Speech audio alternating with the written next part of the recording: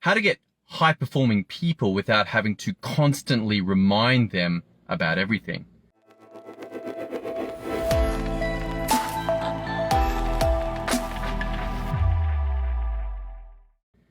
You see, you may want high-performing people. You may want a great team.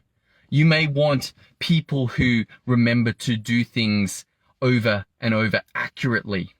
But what you may find yourself having to do is constantly remind them. You're like, do it this way, do it this way. Remember we spoke about this. I want you to do it this way. This will be particularly bad for your team members who are very well habitualized or trained to do things one particular way. And then something changes, whether it's an outside force or whether it's something within your business that needs to be done in a different way. But they're still trained and remembering and habituated to doing it the old way. And so it doesn't get done. Now, this means you have to come in and start nagging. You're like, hey, remember, remember, remember, remember.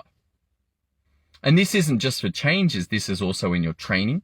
As you onboard a new team member, you're like guiding them through and telling them all sorts of things. Maybe you have them sit with another team member who already does that job so they can kind of learn by osmosis, or perhaps it's closer to Chinese whispers. And then you might wonder, well, why didn't they get it done right? Why didn't they do it how it's meant to be done? And you may come to the realization that the problem is people. These damn people. I wish I had better people. Where can I get great people? If only I had a better team. Here's the wild thing, that your awesome team may be possible, but it is at an incredibly high price. You're looking at the highest of high performers, those driven souls who demand perfection from themselves. The problem is that they're a bit of a pain to work with. It's like, oh man, yeah, they're so annoying. Kind of drive the rest of your team batty. They're like, it's doing my head in. Perhaps there's another way. Is there another way? Well, imagine instead of having to have your people remember, or for you to nag them and for you to tell them, or for them to learn by osmosis or learn by Chinese whispers or learn by observation, that there was a system that you had in place that you used to get things done. That there was a documented series of protocols that told your team, hey, this is what you need to do. And that could be even at a very, very high level. Here's the name of a process. Here's the name of a process. Here's the name of a process. And when you're beginning out, that is pretty much all you need. That there's actually significant advantages just from having the big picture names. And as you go along and get better, you can begin to add in the smaller steps and go, here's a step, here's a step, here's a step in that first process. And then here's a step in that second process. And here's a step, here's a step, here's a step, here's a step in that third process. And suddenly, as you go along, perhaps you're doing the work, or even better, your team is doing the work. You're not even doing this. All you did was set up the essential structure in the first place. And suddenly your team begins to learn that they can document these big picture processes, and then they can document the steps, and perhaps they've got to jiggle them around. Perhaps they see improvements. Perhaps things change and they change them up. And it's like they are responsible for how they do the work. There's a couple of significant benefits to this. Number one, if you have a new team member come on, then they already have pretty good instructions. Maybe it's not perfect.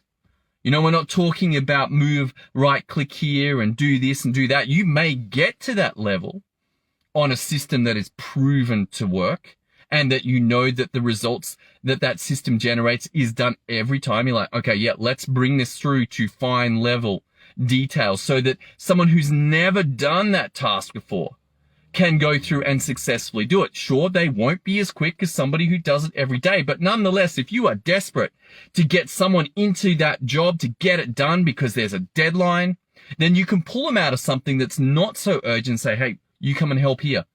And they might only do it half the speed, but at least it will get it done. And this enables you to catch up on backlogs.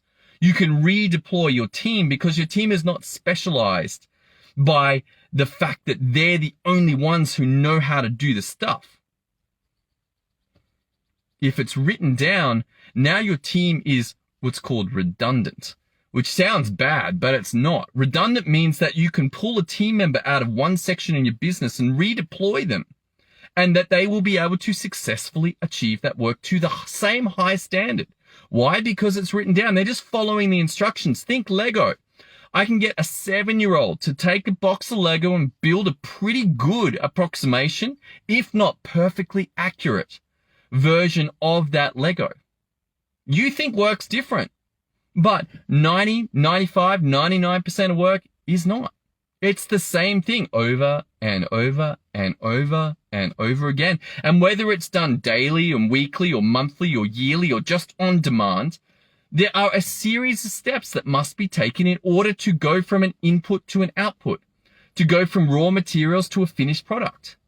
And this is easy in a McDonald's. This is easy in a manufacturing experience. Why? Because you can see the work.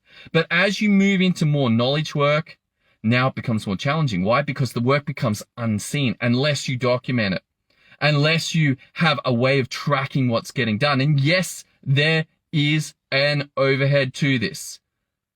But is it worth it? Is it worth not getting sued? Is it worth not getting tax bills because you forgot the date or your team didn't have the work done in time?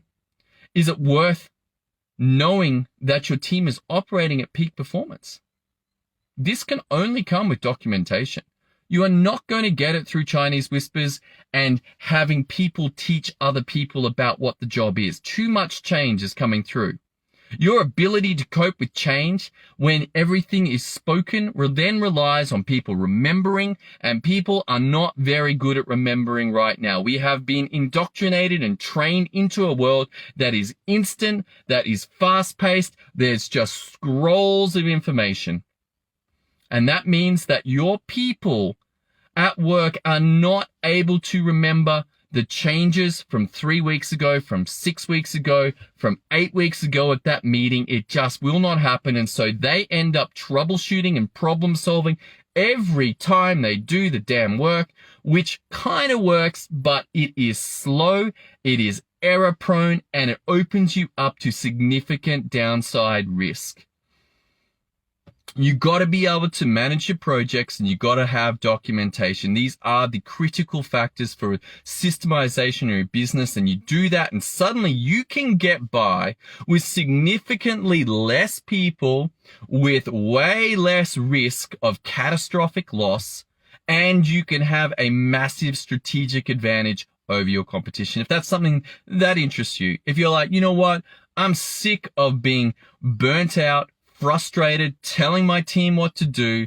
I'm sick of working 60 and 80-hour weeks. I'm sick of constantly firefighting, dealing with errors, all stressing out that some kind of massive catastrophic loss is going to come out of left field and take me out. Then perhaps it's time to look at your systems. If you want some help with that, head over to systemio.dev. Thanks for tuning in today as we continue this fascinating journey into the power of systems to create results. I'll see you on tomorrow's episode.